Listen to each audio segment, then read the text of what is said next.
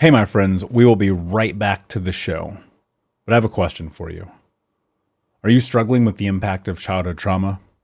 Well, know that you're not alone.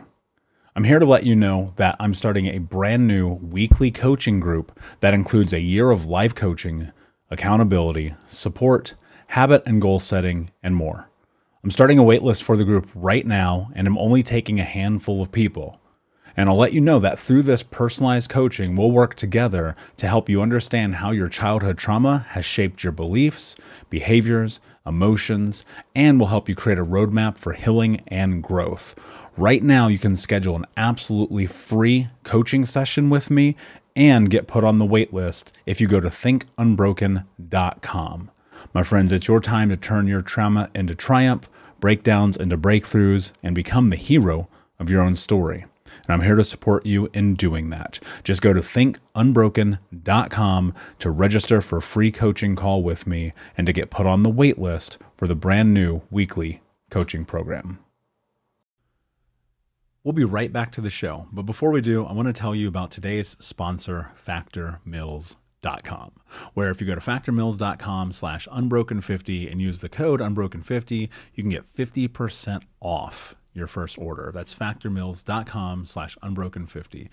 If you're like me and you are a person who is busy trying to create a life, heal, work on their health, wealth, and relationships, and not to mention deal with the day-to-days of normal life, you do not have time to be going to the grocery store and trying to figure out what you're going to cook every single day of the week. In fact, one time I did the math and I realized I was spending over 15 hours a week at the grocery store and cooking. When I added Factor, I got to use that time for myself, for my family, for my friends, for my community, and for my business.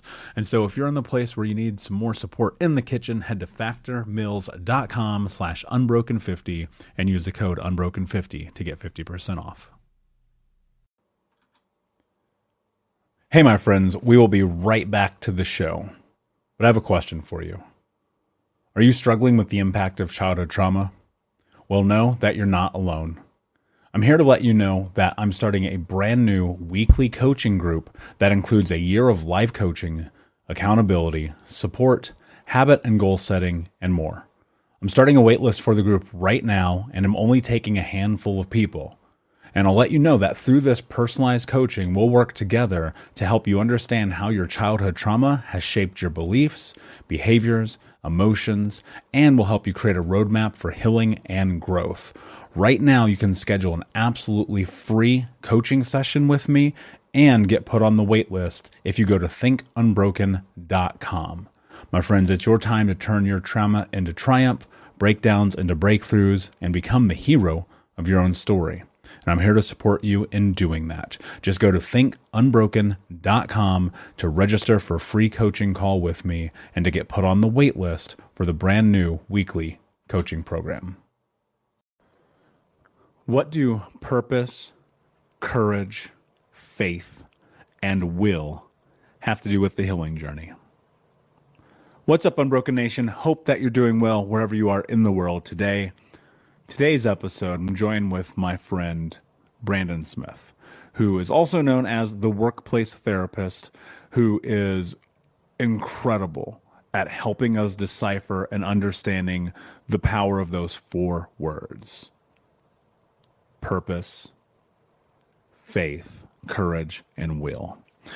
And in this conversation, Brandon's going to talk about his own journey and story from having a brother who took his own life, to developing a stutter in middle school, to now becoming a world-renowned leadership coach and advocate for giving people tools to create massive change in their life. And we're going to talk about everything ranging from what it really means to take the first step in this healing journey to talking about comfort and pushing ourselves and whether or not David Goggins is right in his assumption of the 40% rule and a lot of other beautiful things. And this conversation was really fun to have with Brandon. I've actually been on his podcast before. If you check out the Workplace Therapist, so it was an honor to have him come over to Think Unbroken and share his knowledge, his vision, his information, because the truth about it is we all need more tools. One of the best things that I get personally out of this show is being able to learn from people who are incredibly intelligent, who are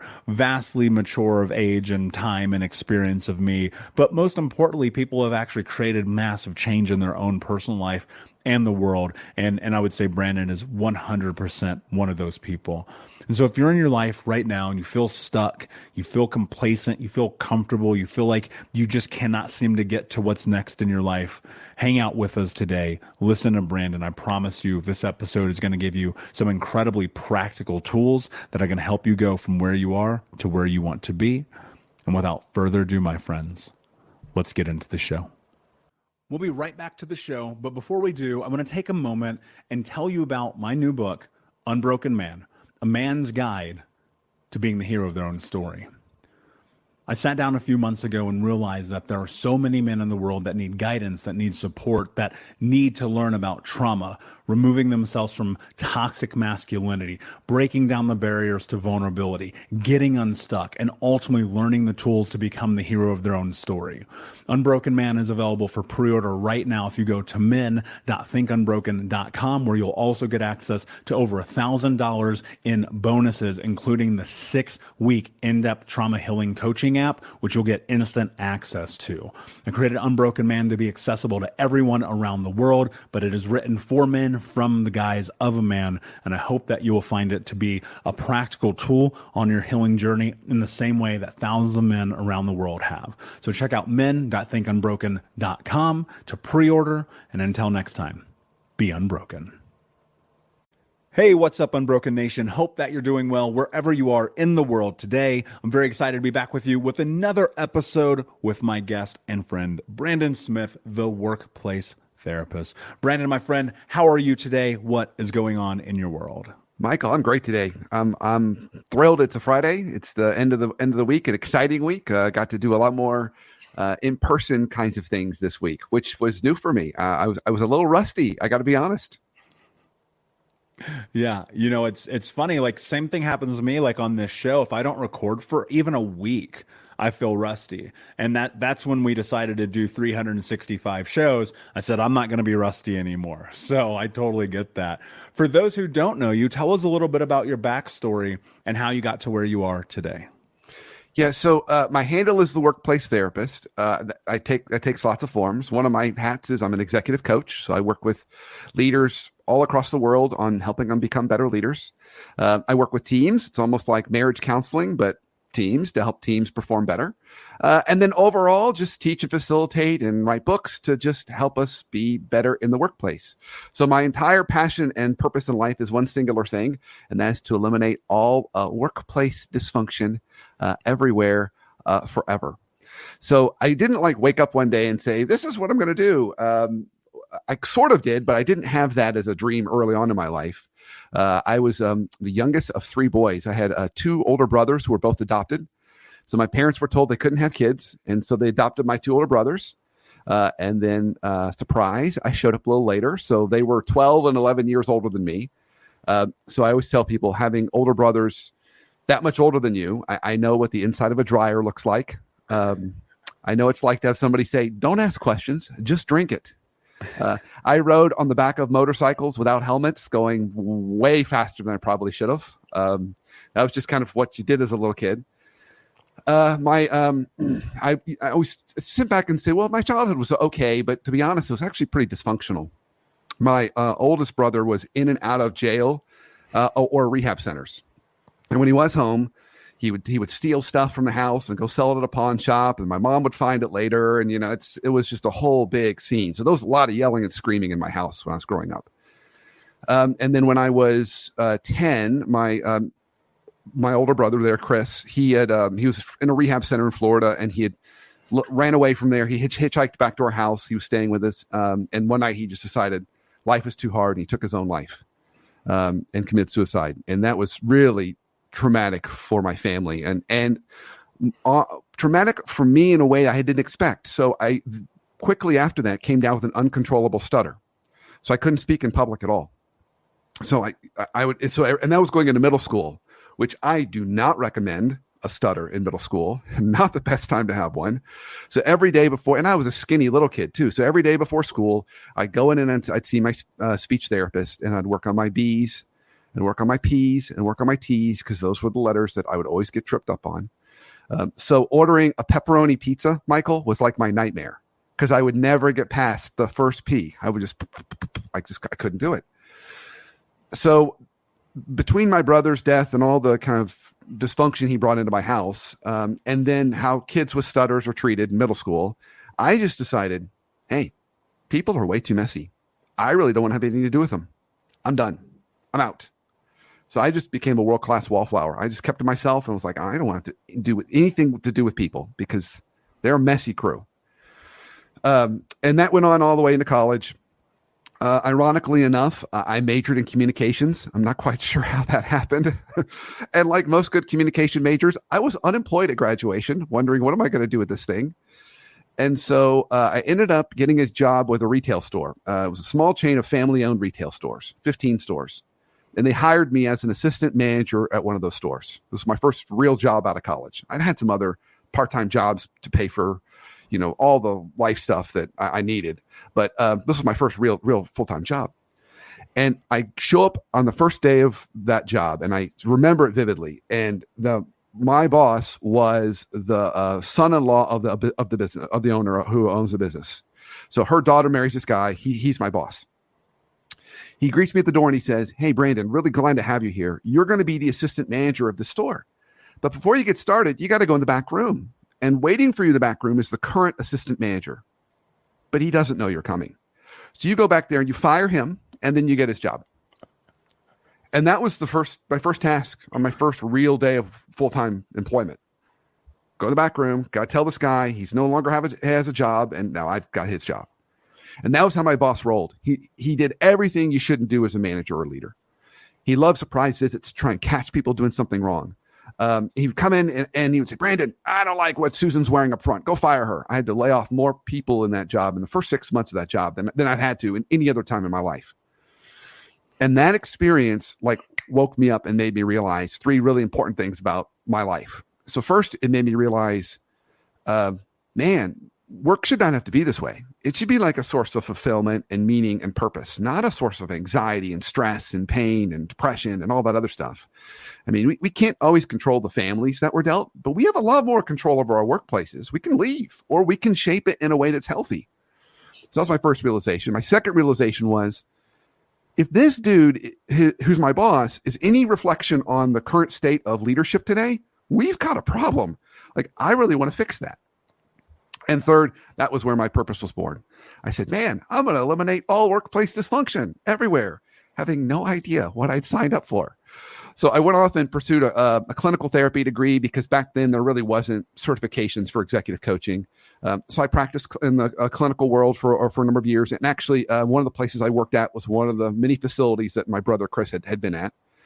And then I went into the corporate world to just learn how corporations and kind of companies work. And then went off and got my MBA. And when I finished with my MBA, I said, all right, time to set sail with this journey. And I had another job offer to do traditional consulting, but I didn't want to do that. So I just said, you know what? My ship's not perfect. There's holes in the bottom of the ship, but there's never a better time to set sail than now. I'll figure it out. And that was in 2005. So yeah, we're not quite to 20 years, but I've been doing this a little while. And every day is a new adventure and surprises me a little bit. So that's the story of how I got here, Michael. That's amazing, man. There's so many different places to go in that. And thinking about the first thing that comes to mind is your boss wanting you to fire that person makes me go, yeah, that's a person who should never be in a leadership role, because they don't know how to handle conflict, and they don't know how to communicate, and they don't know how to speak. And, I would have to imagine, this is where my brain goes, there was always a way to circumvent conflict in his life. And so he doesn't know how to face it. Right. And I think that holds true for so many people. And that's a big catalyst in why, I even created this show 4 years ago, was because I was looking at making meaning and assessing for myself that I'm a good leader, but I'm not a great leader. And so I need to bring on people in mindset and personal development and leadership and coaching and therapy and all of these arenas and learn from them. Like anyone who says that like they have a podcast and they're not somehow selfish is a liar. So I will always admit that this is a very selfish endeavor that moves me towards my goal of ending generational trauma through education and information. But there's something to be said about looking at people who are avoidant of the very thing that they know they need to do to change their life. And so where I really want to start this conversation is in that arena, Brandon, because I believe that the true catalyst to change is by facing your reality and doing the hard, difficult, and uncomfortable things that you need to do. Yeah, totally. Yes, I'm all on board. Where would you like to take it? Yeah. What are your thoughts? Well, let's go through your thoughts, because here's where I sit with it. I believe, so I'll give you a framework and we'll go from there. So when I was 27, coming off of being 350 pounds, smoking 2 backs, drinking myself to sleep, right? That whole thing. I realized I had no confidence, none, zero, because I was unwilling to face so many of the things that I knew I needed to face. Yeah. And one day it really kind of hit me. I was like, actually, the way that you build confidence is through continually doing incredibly uncomfortable things consistently.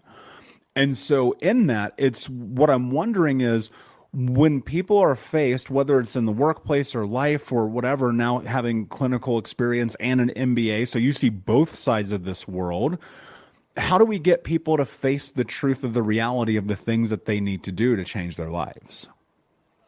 So that's tough because the unknown is always scarier than the known.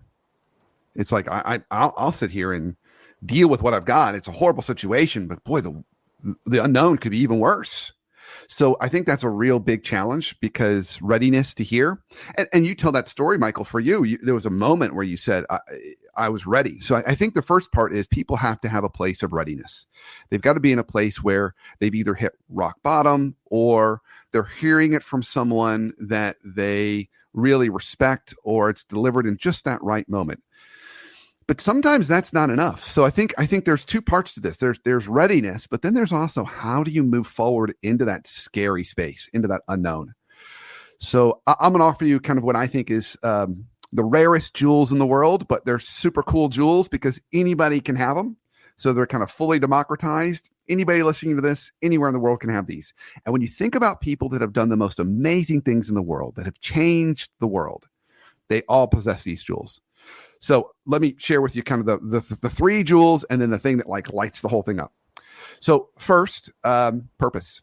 You have to have some kind of a North Star. You have a reason for why am I doing this? What's that North Star that kind of drives me forward?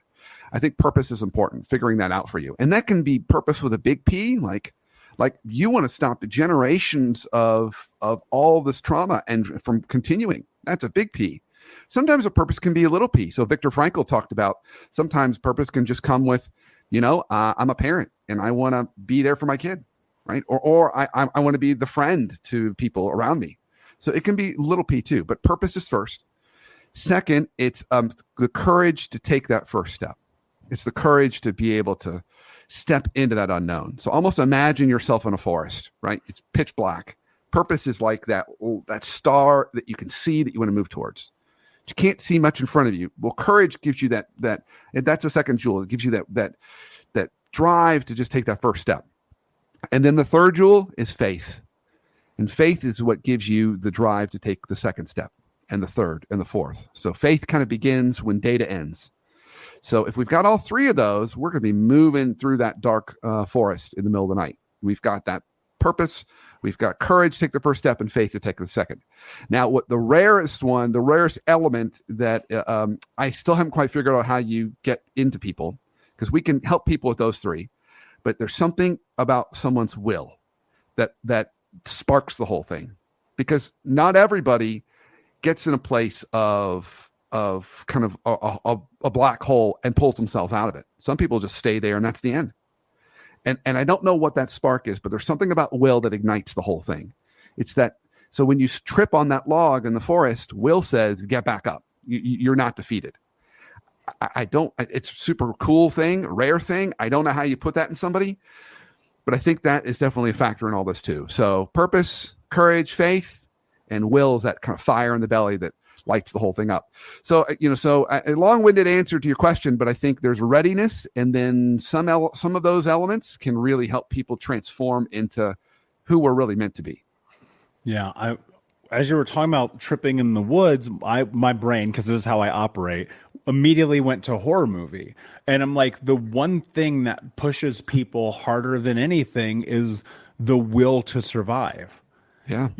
And then you're running through that woods, you're tripping, you got, Michael Myers behind you with the giant, machete, and you look behind, you're like, shit, he's right there. I got to keep going. I got to keep going. I got to keep going. Yeah. And what I often think to myself is, there's something in the truth about the willingness to push yourself for survival when we live in a world that is so easy to navigate, that you've got to find something that you're aligned with that feels damn near impossible, so that you can have momentum towards that on a long enough timeline, which will, I'm trying to break this down in a way that I think is important.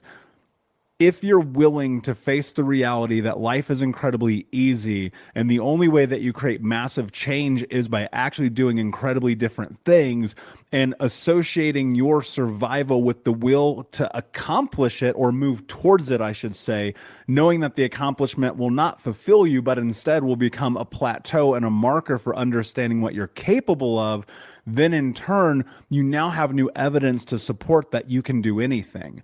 And I think that part of the problem, and I'd love for you to speak to this in your opinion, I think part of the problem that people have when they're stuck, right, where they're in this place where they can't take that first step, because Brandon, they're hearing us. They're like, got it. All right. Purpose, courage, faith. I'm going to play video games all day. And what I think about that North Star, how important do you think, and I'm going to use a weird word here, my mission is to end generational trauma in my lifetime. Your mission is incredibly important in leadership. Both of those things are very far-fetched, right? Like, we really sit and we think about it, and go like, dude, the reality of me actually doing this is fucking impossible. But that ain't going to stop me. And that's so, right. how do you think people, here's where the question is, this is where it really lies. Cause like I see the markers, I go forward, I get this idea about pushing towards something great. Do you, and again, this is just an open-ended question, cause I don't know. Do you think part of the reason why people stay stuck is because they're not dreaming big enough? It could be. Comfort has got such a gravitational pull, my friend. I mean, comfort is just like, this is great. Just play video games. Like, I don't, pushing yourself to stretch and try new things is hard. It's hard work. And there has to be a reason why. So maybe, I like your image. Maybe the reason why is I'm chasing after something, or maybe the reason why is somebody's chasing after me, but there's got to be some reason to move in the forest. Otherwise, you're just there. You're just hanging out, and hanging out is easy. There's gravitational pull to that. Yeah, I think an easy place for everyone who's listening to this right now, easy place to start, change your workout routine. Change your workout routine. If you don't already work out, go work out. Or if you're already doing a routine, join a CrossFit, or join a high intensity interval training class group, or do something different, and then commit to that. Because if you're like me, I work out now probably 5 or 6 times a week. I don't like to work out. It's not fun. I mean, and it's at night. I'm tired. That's the only time I can really work out is in the evening. And every time I'm like, man, I could just chill out here, have a glass of wine or whatever, and not, but I make myself go. And then that challenges me. And then I grow and I get better and I learn and I do things I didn't think I could do before. So while, purpose and courage and faith sounds like all these big idealistic things, it can be simply starting with make yourself uncomfortable by changing up your workout routine and see what that does for you. See how that changes you. And then you realize you can do other things, and who knows what you might change after that. So that's my thoughts on it. Yeah, and I don't think that you can have mental health without physical health. And I realize like there are people who don't have the capability and the ability that many of us have to physically move our body. And so I'm not trying to like pigeonhole everyone into that. It's a generalized statement. Like I believe that you have to move your body physically to be mentally and emotionally healthy. And there's so much science and research and evidence that proves that. We won't go into that today, but just something I wanted to marker. One of the things I do want to go into is I want to go back just a moment and talk about this word faith. I heard Dr. Carolyn Leaf say that the despair of hope is the number one leading cause of death. And I think people just do not have faith in themselves, in society, in each other. I want to extrapolate what faith means to you, Brandon. Yeah, so I'm going to go back to the loose definition I gave earlier. Faith begins when data ends. And so that can be lots of things. That can be you've got faith in yourself. So it can be belief in yourself that I can do this. I can accomplish this. As a mentor of mine shared with me years ago, he shared with me several beautiful statements, but this is one of them. When we're at our very best, we believe it. We believe this about ourselves. I'm enough in my limitedness. I'm enough. I'm not perfect. Nobody is, but I can figure this thing out. I'm enough in my limitedness.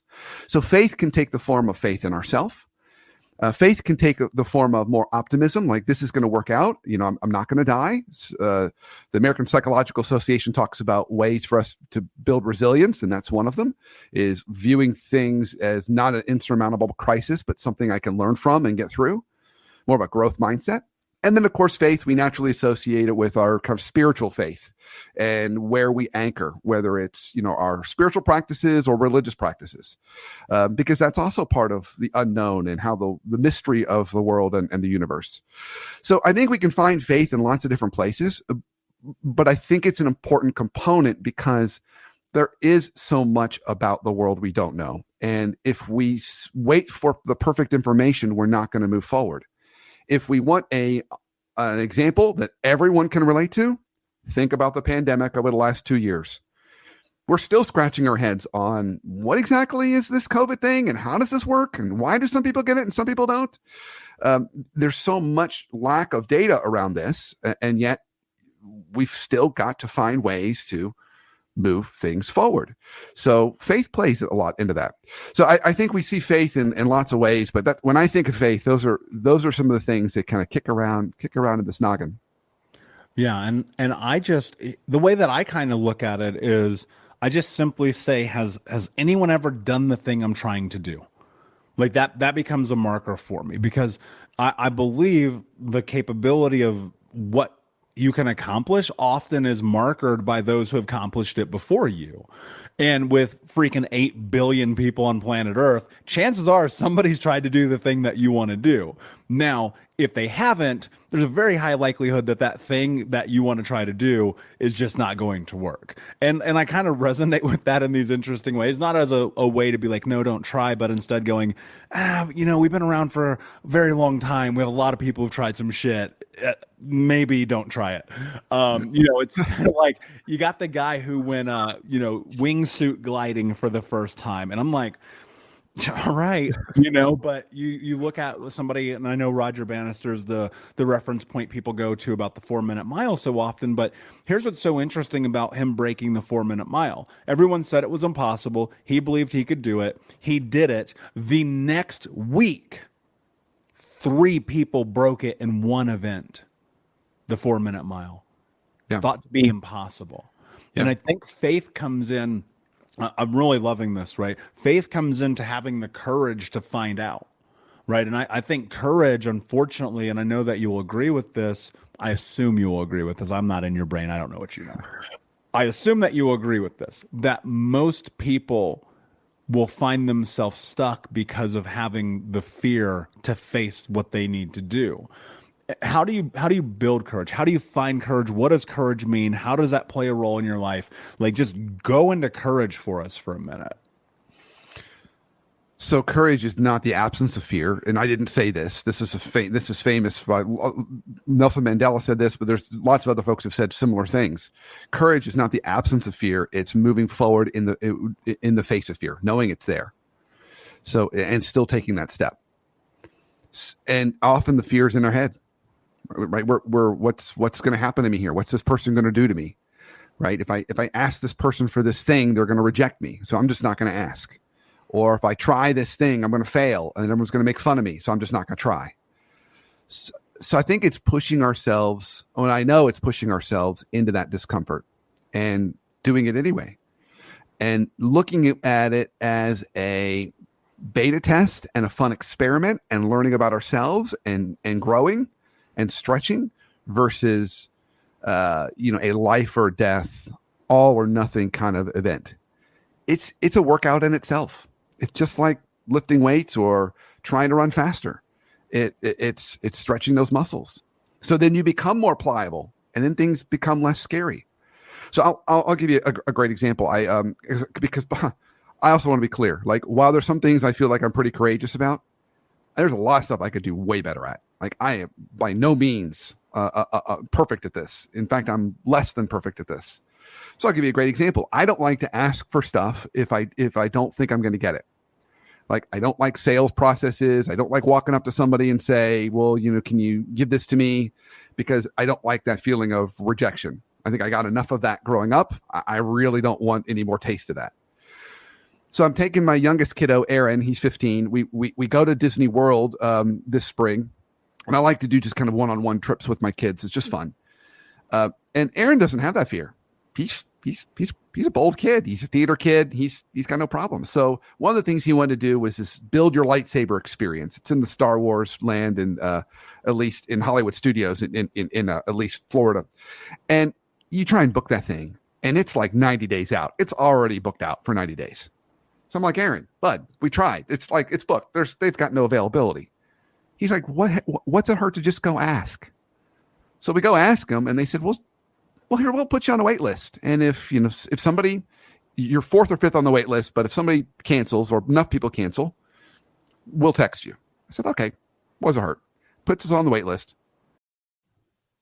We'll be right back, but I wanted to take a quick moment to tell you about the Think Unbroken 6-week trauma healing coaching program. If you go to coaching.thinkunbroken.com, that's coaching.thinkunbroken.com, you can sign up for the 6-week daily Think Unbroken trauma healing coaching program. In this program, we're going to go over the 6 principles of healing trauma, adaptation, understanding the impacts of trauma, how to become the hero of your own story, what to do next, and ultimately what it means to be unbroken. For more information about this 6-week coaching program, which you can download as an app on your phone and take with you everywhere, no matter where you are in the world, it's interactive. It's built about giving you practical tools that you can use in real time. And if you're ready for what's next in your life, go to coaching.thinkunbroken.com. Again, that's coaching.thinkunbroken.com.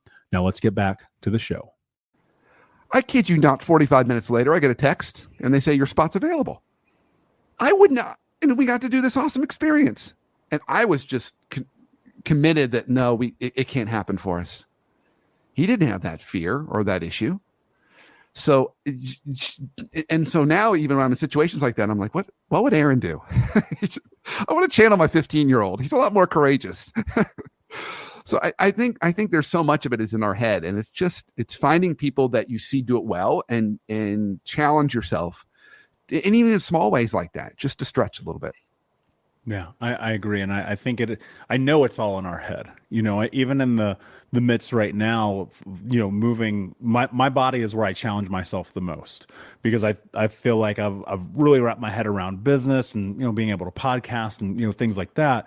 But it's the physical movement of recognizing, it was David Goggins said, he believes that people quit at 40% of what they're capable of. And that sat with me, and it felt uncomfortable to hear that, because physical movement for me has always been my limiting belief. And people will hear this, and if you followed me on social long enough, you know that I've done CrossFit for years. I've had 6-pack, like I've been physically fit at times in my life, but I've never actually, this is what dawned on me, Brandon, I've never actually really pushed myself despite that. And I was like, well, what's something really fucking hard I could do? Oh, I know. I'll run a marathon. And looking at that and saying, okay, cool, let's find out what 40% is. I don't have the answer yet because it hasn't happened. It's on its way. But even in the day-to-day, I think what's fascinating about the growth and the willingness to find who you are, to have the courage to do that, comes in an iterative process. And what I mean by that, I'll give you a perfect example. So I start training for this damn thing. The goal is not to accomplish the marathon. The goal is to put myself in a position to participate. That's it. That's the goal. That's the mission. I know who I am as a person. When they hand me that medal, my brain is immediately going to go, okay, great, next, right? That's just who I am. Yeah. But it is the journey that I align myself with that builds my character, my confidence in who I am. And I noticed something really interesting. Day one, could not finish 3/4 of a mile without stopping. Exhausted, just like, oh my God, just suck and win. And it's where, like, I've done CrossFit for years. I've done Muay Thai for years. I'm fit, air quotes, right? And then you start doing this activity, something uncomfortable, something unknown, something you've never done before. You start to learn something about yourself. And then on my long run last night, it was 4.5 miles straight, not a single break. Nice. Why? It wasn't about anything other than building capacity. And I look at that as everything that we do in our lives is we build capacity to create success in our life through doing, again, incredibly uncomfortable things consistently. Dude, I don't want to run. I don't want to eat well. I don't want to wake up at 5:30 in the morning. I fucking hate all of those things. You said something, and the reason I'm prefacing like this is because you said something I think really important. When your brother took his life, it led you to this place where you're in this massive stutter. You're in this place where, and then you're going into middle school, which I agree, like going into middle school in general is like the worst 3 years of your life. But going in it as an outsider, right, which was my scenario, I'm overweight, I'm homeless, I'm the poorest kid in the whole school. You learn how to adapt to that, but you have to find your way through it. What I would love for you to talk about is just your experience of overcoming those obstacles. And if you think it held true that you went through it in an iterative process. It's a really good question. I think it's actually is a continuous journey for me. So, I do a lot. I've done a TED Talk. I do a lot of speaking engagements. I get up there and do keynotes. I did some this week. I told you I was a little rusty. What I meant by rusty, I was nervous. And I could feel myself clamping up a little bit in the beginning because I don't like to speak in front of people. I do a lot of that for a living. And people say I'm okay at it. But I always worry, like, when's my stutter coming back? So I think there's a lot. It's this constant pushing myself to get better at it and get further away from that place. And almost feeling like if I stop, I'm going to fall back into it. So in that way, I think it is iterative. I can't necessarily point to a moment when it stopped, my stutter, at least on a regular basis. But there's still times I notice, like if I get really tired, I'm going to stutter. It just happens. It just kind of comes back.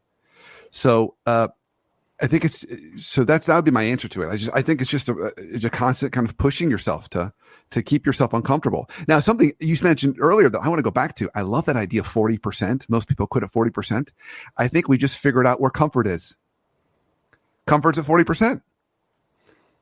40%. Yeah. I can mail it in at 40%, right? I can mail it in.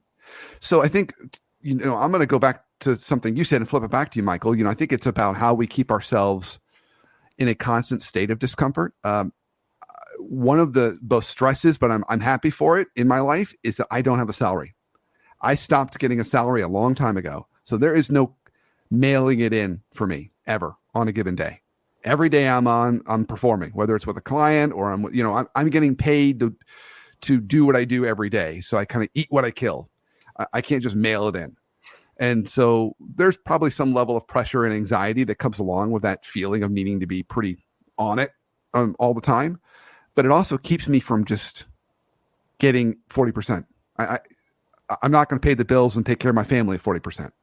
So there's also this situation that, there's the motivation there.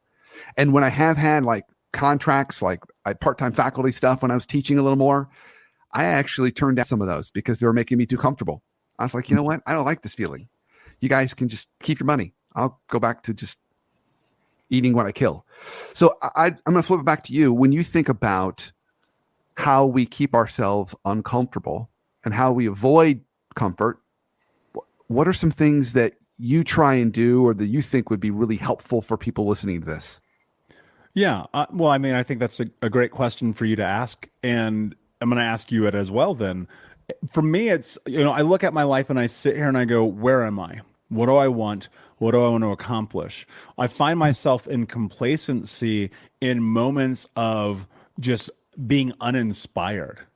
Not motivated. Because look, I don't believe in motivation. Motivation will get you started. It's a great spark, but it's not going to get you to where you need to go. The only thing that's going to get you to where you need to go is fucking determination, like a dogged will to see it come to fruition, discipline, and showing up every day. And I think people hang their hat on motivation. They're like, oh, I didn't finish this project because I'm not motivated. And I'm like, you probably actually didn't care, right? Because to me, it's like, I'm going to show up every single day. And so in these moments in which I am just feeling like uninspired to like get it done, I force it. That's a weird thing, especially like, look, we're talking on a mental health podcast right now, and we live in a society where everyone says self-care, self-care, self-care. Don't force it. Take it easy on yourself. Brandon, I think we take it too easy on ourselves. I think part of the reason so many people are stuck, we take it too easy on ourselves. We don't push ourselves. We don't see what we're capable of. I don't mean breaking your own spirit. I don't mean destroying yourself, but I mean putting yourself in a position to find out what you're made of. Because for many people, like I look at my life, 25 years old, like, look, outside of comfort, I do not know how you get to this 350 pounds, smoking, drinking, playing video games. There was a video game I logged like 4,000 hours on. Think about that for a second.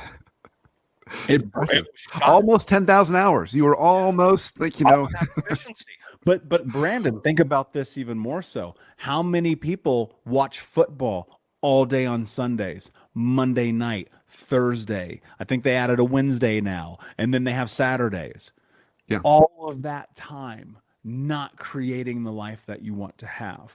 So the way that I step into discomfort, I disallow myself the simple pleasures of life that are not moving me towards my goal. And people will hear that and they'll be like, that's crazy. Why would you not enjoy life? I love my life. I love it. But I would much rather be moving towards something than stuck in a moment of nothingness. There's a 0% chance. There's probably even a negative chance that playing video games all day long will ever move me towards my goals. Yeah. And so I think about pushing myself, and it comes from that place of the willingness to recognize that the only way you're going to have success in life is to drive towards something. Dude, I love that. I love the fact you said, I think we're too easy on ourselves. I do think I'm a mental health professional. I'm a big believer in acknowledging it and doing the necessary steps, but we have gone a little too far. We tend to give people passes when there's some work that needs to be done to make us healthier. You're not going to get yourself out of a mental health funk by defaulting to comfort every time. There's other healthy routines that have to be put in place to get us there. So I don't know if I told you this, but every year I like to pick a word, like my favorite word of the year. And I'm actually take the same word I used last year is my word this year. So I'm taking it 2 years in a row. And the word is agency. I love the word agency. It's kind of everything that you just said. It's like when I've got agency, it's like, I can do this. I can take this on. I'm enough. And I'm going to flip it a little bit. I think the biggest culprits of taking things too easy right now, at least in the United States, are parents. They are not pushing their kiddos enough, and they're rescuing too quickly. They see their kiddos do any kind of struggle, and they jump in and they talk to the teacher for them, or they throw some money at it, or whatever they do. And when you do that, when you rescue other people in that way, you're not helping them out. What you're really signaling to them is you're not enough. There's no way you can get through life without me and my help. No surprise, we have this huge spike in anxiety amongst kiddos, and you can't get anxiety meds because everybody's getting them. And if you want a therapist for anybody under 18, good luck trying to find one. They're all booked solid. So I think this translates to not only how we approach our own selves and challenge our own selves and, lean a little bit more into discomfort, but find ways to not rescue others in our life either. I mean, there's good things from discomfort. We see somebody over there in the weight floor and they're struggling with that weight. We don't go over there and take it away from them. We wait until they're really, really in trouble, and then we might, take the bar off of them. But that's where you get stronger, through the struggle, and that's where you got stronger. And so I think it's recognizing there's power in struggle. We get stronger through struggle, and not rescuing others when we see them struggle. And that's, as a parent, let me tell you, man, that's hard, because I can't tell you how many times I've heard my kiddos just wailing and crying in their room. And I know I've got the resources. I could fix that problem. But man, they're not going to get strong. And now the good news is I've got some really independent, strong kids. That makes it hard when you're trying to give them advice and they're like, nah, I'm not listening to you. But at least they're strong. So I think there's something about that. And I love that you kind of talked about that. Yeah. And I think about, growing up playing sports, you didn't get a gold medal if you got 5th place. And I think that it's so detrimental to society as a whole. It's that old adage, right? Easy times build weak men, weak men become strong, right? And I think that unfortunately we're in that cycle of life right now.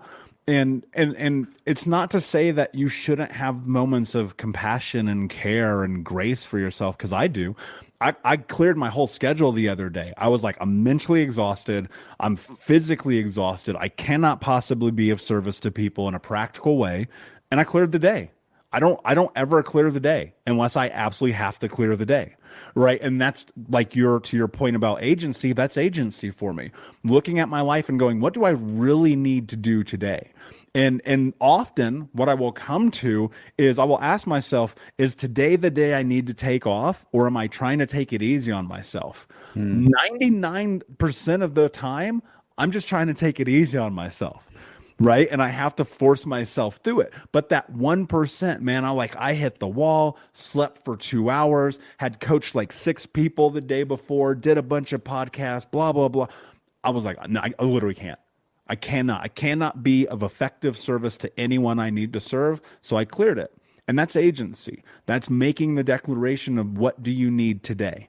And keeping it real with yourself, being massively honest with yourself. And I think we lie to ourselves so much. I want to stay in this comfort conversation for a minute, because I believe it's important. Looking at this, and you talked about not giving your children the thing that you want to give them, right, in that moment, because that's a you thing, Brandon. That has nothing to do with your kids, right? Right. So how do you? Because I'm feeling this pain, and I know what it's like that they're feeling, and I don't like this feeling, and I don't want them to feel that because it hurts. But that's not necessarily a bad thing that it hurts a little bit. I believe you use the word struggle. I often go to the word suffering, right? I believe to an extent that as human beings, we need to go through a certain amount of suffering in order to create change. Think about the definition of the word suffer. It's to experience, undergo, or feel something unpleasant. Yeah. That's the definition of suffer. Yep. And I believe that through that suffering, you figure out who you are, right? And in that, even though we want to salvage people's emotional capacity in real time, one of the things I always teach all my clients is I go, I'm not here to be your friend. I'm here to be your coach. And that means I do remove, to an extent, literally to an entirety, this idea of coddling, right? It doesn't mean I can't be compassionate or grace-filled or empathetic with you, but it does mean that I'm not going to pat you on the back and say, oh, it's okay. I mean, yes, it's context, right? Yes, it's okay, but what are you willing to do? How do we get you to where you want to go?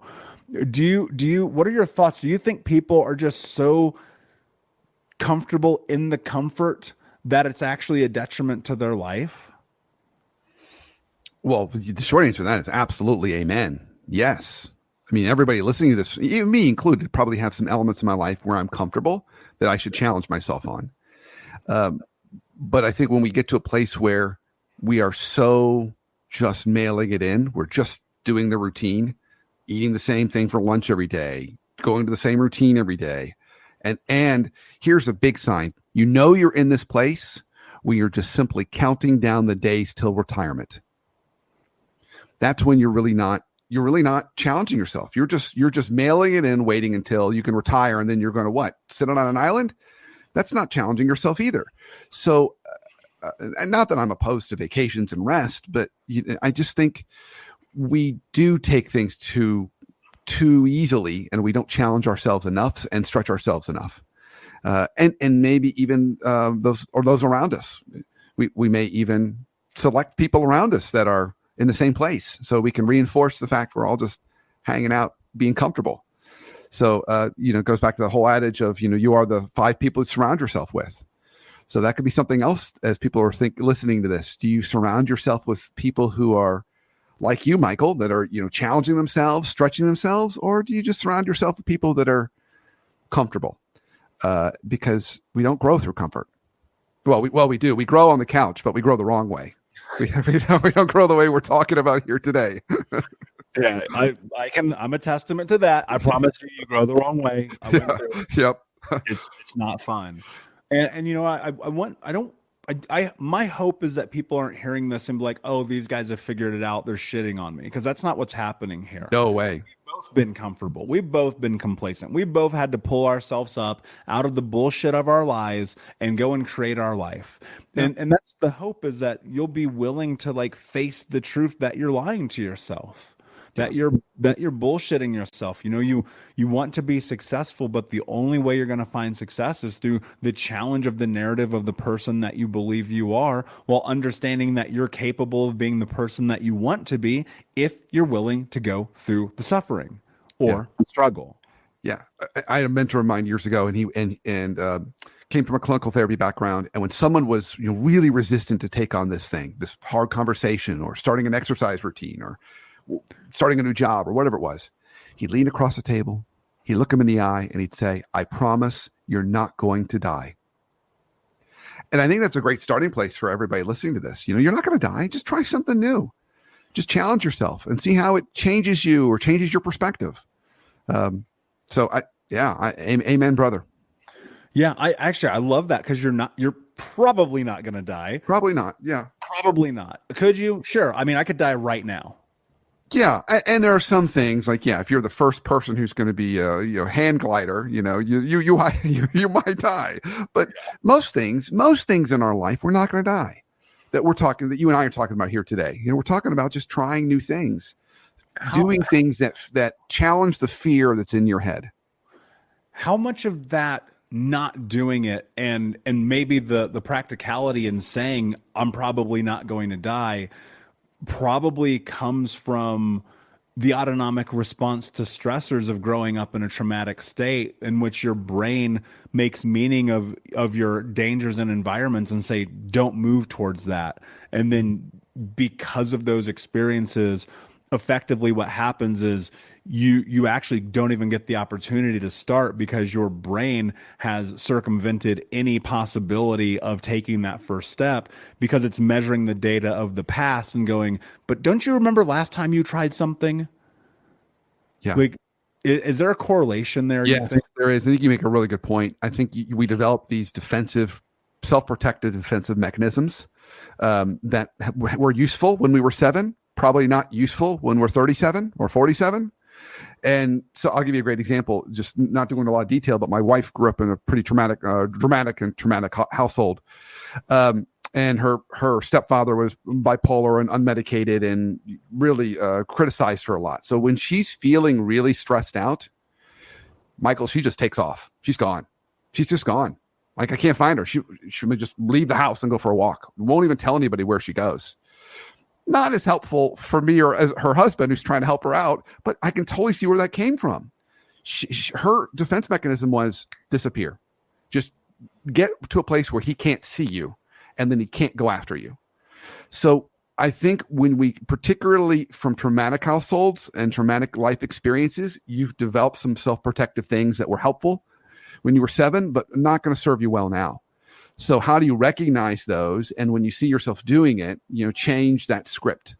I think that's an important perspective for everyone who has had something in their life. And by the way, that's probably pretty much everybody. Everybody's had some version of trauma in their life. Some trauma is bigger than other trauma or different than other trauma, but trauma is trauma, and I think Viktor Frankl had a saying that, I'm going to butcher this, but it was something like depression and trauma. And it's like a gas. It fills whatever void you have. So even like a small trauma, it's still going to fill that up, just like a big trauma will. So it's, everyone's got their thing, acknowledging it and then figuring out a way to do it differently. Yeah. I love what you said about acknowledging it, because that's the truth of it. The more that I hid, and I think you would agree, you've probably seen this in patients as well.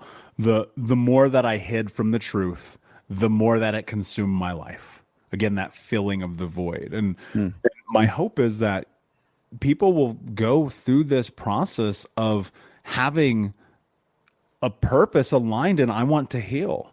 Having the courage to do it and finding the faith to follow through, because ultimately I can tell you right now, I love, and I've been in alignment with those 3 words for a very long time, and they've held very, very well in my life. Brandon, my friend, this conversation has been absolutely incredible. Before I ask you my last question, can you tell everyone where they can find you? Simple place to find me is just Google The Workplace Therapist. I'm the only one. So you'll find me really easily. So The Workplace Therapist, and that site has got links to blog posts I've written over the years, my podcast, The Workplace Therapist Show, and a whole host of helpful free resources for folks. And then they can also purchase a copy of my most recent book, The Hot Sauce Principle: How to Live and Lead in a World Where Everything is Urgent All the Time, which I'm sure we can all relate to. So that's the best place to go, The Workplace Therapist. Brilliant. And of course, we'll put all the links in the show notes. Brandon, my friend, my last question: what does it mean to you to be unbroken? First thing that comes to mind for me, unbroken, is forward momentum. You're still moving. You're still moving forward. And I think it all comes back to those 3 jewels. We've got those in our pocket. We've got a sense of purpose in our pocket. We've got some courage in our pocket. We've got faith in our pocket. And we've got this steely will that tells us to get back up. It's kind of like a Rocky movie. You fall down, you get back up. It tells us to get back up and keep moving. If you've got those, nothing's going to break you. Brilliantly said, my friend. Thank you so much for being here. Unbroken Nation, thank you so much for listening. Please like, subscribe, comment, share, tell a friend. And until next time, my friends, be unbroken. I'll see ya. Unbroken Nation, hope that you just got a tremendous amount of value from today's episode. I want to know what you think. Please do me a favor and review, rate, and share the episode with 3 friends on social media today. It would mean the world if you did, because ultimately at the end of the day, creating community and connection is how we heal generational trauma in the world. And I need your help to do that, Unbroken Nation. So if you're on iTunes or Spotify or wherever you are, please like, comment, share, review. I want to know not only what you like about the show, but how I can make the show better, how I can make this further about helping you on your healing journey. So do me a favor, and when you do, shoot me a screenshot of you making the review to my DM at Michael Unbroken on Instagram, so that I can have a conversation with you, say hi, and more importantly, so I can share it with the Unbroken Nation. Thank you so much, my friend. Hey, my friends, we will be right back to the show. But I have a question for you. Are you struggling with the impact of childhood trauma? Well, know that you're not alone. I'm here to let you know that I'm starting a brand new weekly coaching group that includes a year of live coaching, accountability, support, habit and goal setting, and more. I'm starting a waitlist for the group right now, and I'm only taking a handful of people. And I'll let you know that through this personalized coaching, we'll work together to help you understand how your childhood trauma has shaped your beliefs, behaviors, emotions, and will help you create a roadmap for healing and growth. Right now, you can schedule an absolutely free coaching session with me and get put on the wait list if you go to thinkunbroken.com. My friends, it's your time to turn your trauma into triumph, breakdowns into breakthroughs, and become the hero of your own story. And I'm here to support you in doing that. Just go to thinkunbroken.com to register for a free coaching call with me and to get put on the wait list for the brand new weekly coaching program.